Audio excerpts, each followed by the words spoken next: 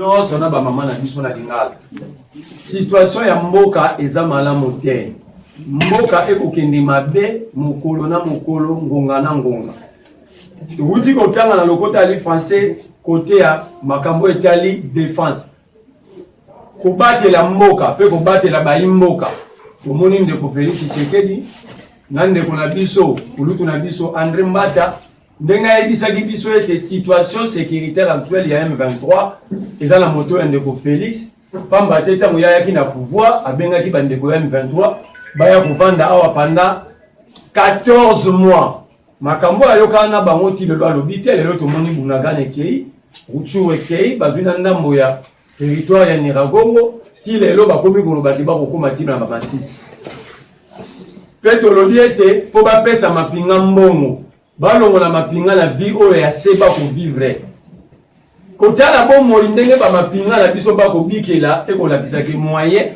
babundela biso na elongo bani eza te politique ya malonga ya défense eza te ntango nakoloba mapinga na tie baservice nyonso na kati na la posto ekote ya économie tokovivre biso wa biloko ekomata chaque jour crise ekoya chaque jour tolobi ke eza définition ya mauvaise politique économique et conséquence na eza sur le plan social tokomona vie tokovivre tolobi pe côté ya bandako ekambaka mboka tobengaka bainstitution mokonzi ya mboka akomisi yango lokola bachambre ya ndako ye avandaka ye moko ndako mopona nini bokosala lelo nini bokosala lobi moye mboka ekende malamu ezali te nde na suka tolobi ete élection ngai na biso topekisi moto te akende kosarole mais tolobi ke kokende kosarole eza kondima ete ndeko Kadima na ndeko Félix na Seni bapesa bato nyonso bokomona o barwandais baugandais balibanais bakoma na nationalité congolaise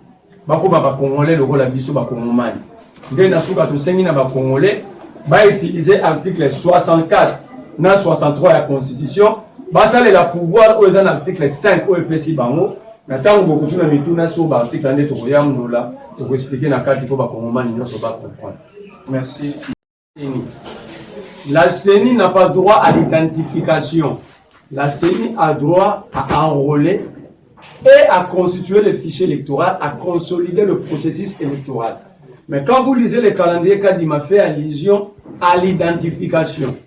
Tout le monde a une constitution, on peut lire, nulle part dans cet article, on a évoqué l'identification. L'identification de la population appartient à l'ONIP, pas à la CENI.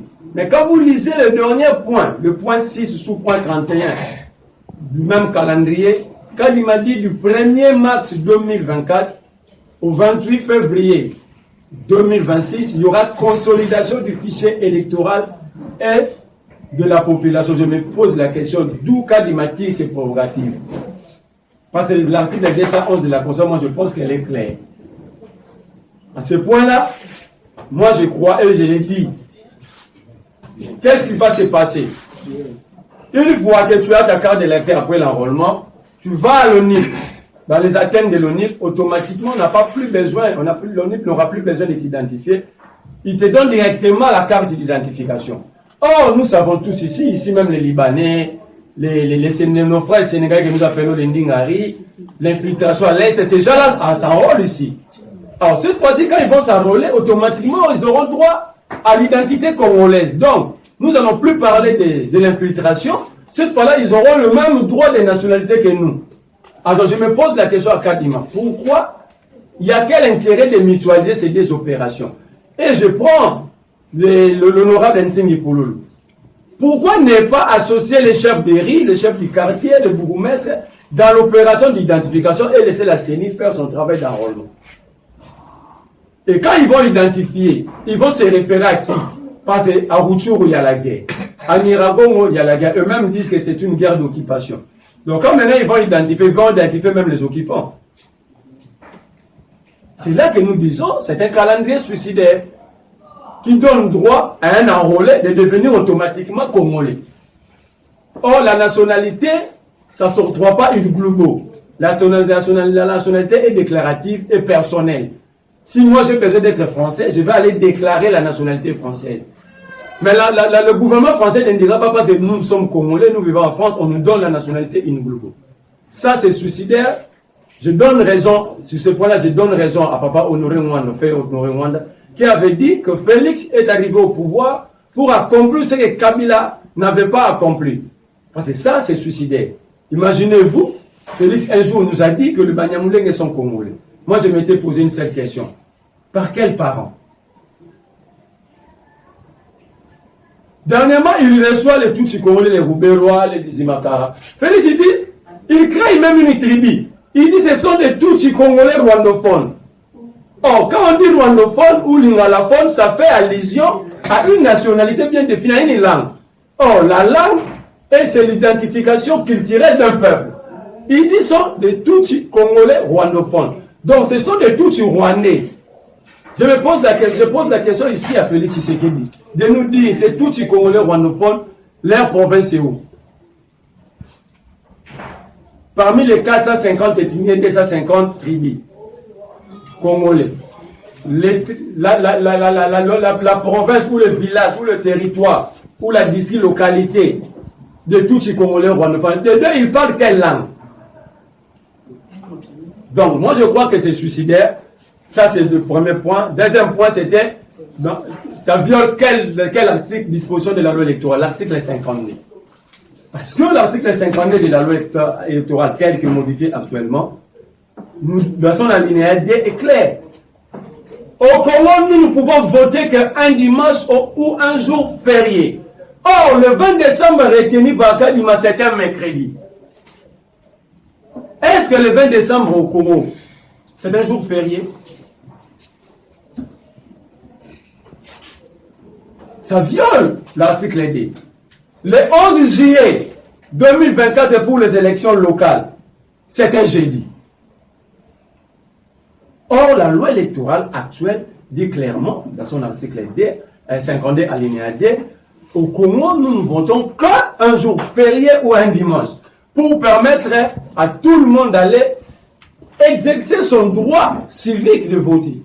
Alors, je pose la question à Kadima. Ces jours-là, ce n'est pas un jour férié, comme veut la loi électorale. Quel sera le sort des travailleurs congolais? Ils vont maintenant boycotter les travailleurs pour aller voter. Ils vont faire quoi? Et les trois, vous avez vu la pluie ici. Les écoles étaient inondées. Or, la loi électorale veut que nous puissions s'enrôler pendant la saison sèche. Mais la question, pourquoi Kadima est pressé de nous faire enrôler pendant la saison des pluies? Pendant que l'année scolaire est encore en cours. Nous allons nous enrôler le 24 janvier. Ça commence le 24 janvier. Le 24 janvier, tout le monde est dans l'esprit de tout le monde, c'est la fête de Noël. Et ça va nous prendre comme ça jusqu'au 5 décembre, 5 janvier. Et le 5 janvier, subitement, il y aura rentrée scolaire. Et la rentrée scolaire, est-ce que nous allons chasser les élèves des écoles pour nous faire enrôler? Moi, j'ai besoin d'une explication rationnelle. Nous allons faire quoi? Parce que nos centres de vote, nos centres d'identification, ce sont des écoles. Or, à ce moment-ci, nous sommes pendant les activités scolaires. Vous allez remarquer, chacun de nous a une carte électeur. Nous sommes enrôlés que entre mai et août, pendant la saison sèche et les vacances. Alors, qu'est-ce que nous allons faire pendant la période des écoles où il y aura enseignement? Est-ce qu'il faut perturber le calendrier scolaire, décréter une année blanche pour permettre aux gens de s'enrôler, ou carrément, je suis perdu quand je lis le calendrier. En même temps, là où j'ai dit que Félix Tshisekedi prépare une tricherie à grande échelle, je vais vous faire un petit calcul ici. 2018, Corneille Nangaa voulait enrôler 44 millions de Congolais pour 17 000 sites de vote. Les sites de vote sont comme des circonscriptions électorales. Dans les circonscriptions, nous avons des centres. Dans les centres, nous avons des bureaux. Quand il m'a dit, lui, il va enrôler 49 millions. Ce qui est normal, il y a des nouveaux majeurs, tout ça. Il estime que c'est à l'auteur de 5 millions. Ça fait 5 millions de différence entre 2018 et 2023. Il dit, comme en 2018, il y avait 17 000 sites d'enrôlement, lui, il ajoute, il nous amène à 22 000. Ce qui est normal, les 5 000 sites, c'est pour prendre les 5 millions ajoutés en charge. Mais faisons un petit calcul. Ici au Congo, pour créer une école, il faut que l'école puisse avoir 6 salles de classe.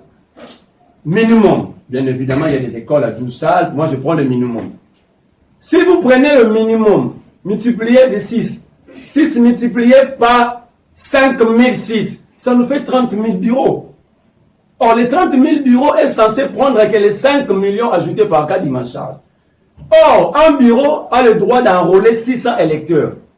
Un centre a le droit d'enrôler 50 000, un bureau a le droit d'enrôler 600. Vous prenez 600 multiplié par 30 000, ça fait 18 millions. Au lieu de 5 millions, je me pose la question à Kadim.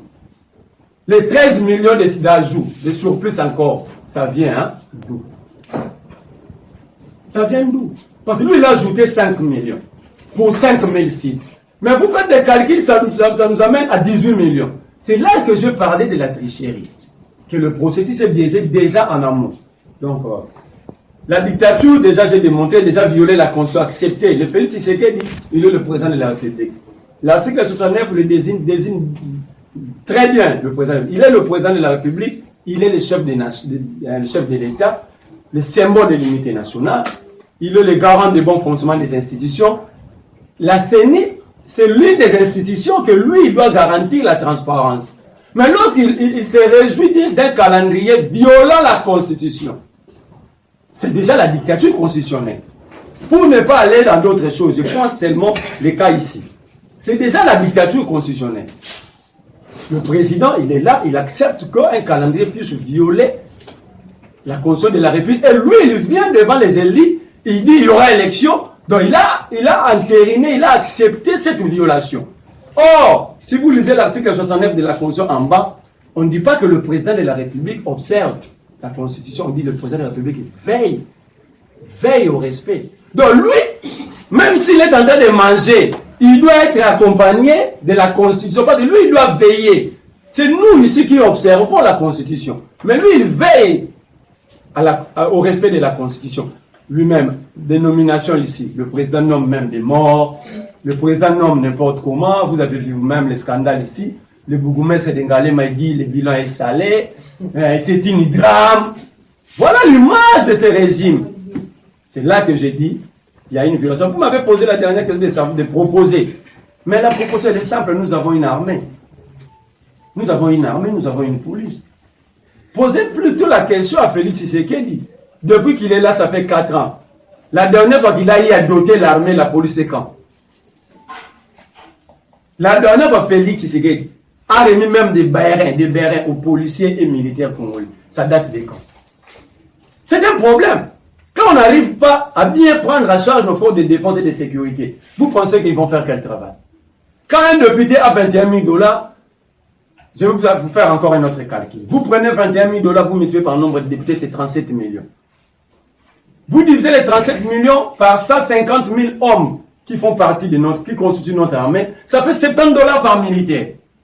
Est-ce que c'est juste? Est-ce que nous sommes justes et vrais envers nous-mêmes? Est-ce que nous sommes vrais envers nous-mêmes? Quand un député, on lui paye 21 000 parce qu'il passe tout son temps au palais du peuple en train de dormir, il a 21 000 $, mais c'est lui qui veille à notre sécurité à 70 $. Conséquence, nous subissons des tracasseries. Et je profite de cette question pour poser la question directement au général Kassomo. Quand je vois les roulages avec des pinces, des tenailles, des matériel, il y a ça la musala, dotation à la police, tout la police, ne peut y avoir tout le général Kassomo. Donc, roulage à l'infraction, c'est ça la décision méchante. Mais que fait le général Kassomo? Comment est-ce qu'il conduit la police? Je vois des policiers en train d'insulter dans la rue. Je vois des roulages insulter même les passants et les chauffeurs. Or, la police qui est censée être un corps d'élite, un corps où le meilleur de nous tous vont. Mais ici, la police est désacralisée. La police a perdu tout son sens. Et comment est-ce que vous voudrez que nous puissions vivre dans une société disciplinée et puis organisée? Parce que le rôle de la police, c'est de maintenir l'ordre public et la discipline. Donc la proposition, c'est qu'il faut donner plus de moyens à nos forces de sécurité. Et moi, je crois que nous avons de bons militaires et de bons policiers ici. Il faut les prendre en charge. Merci.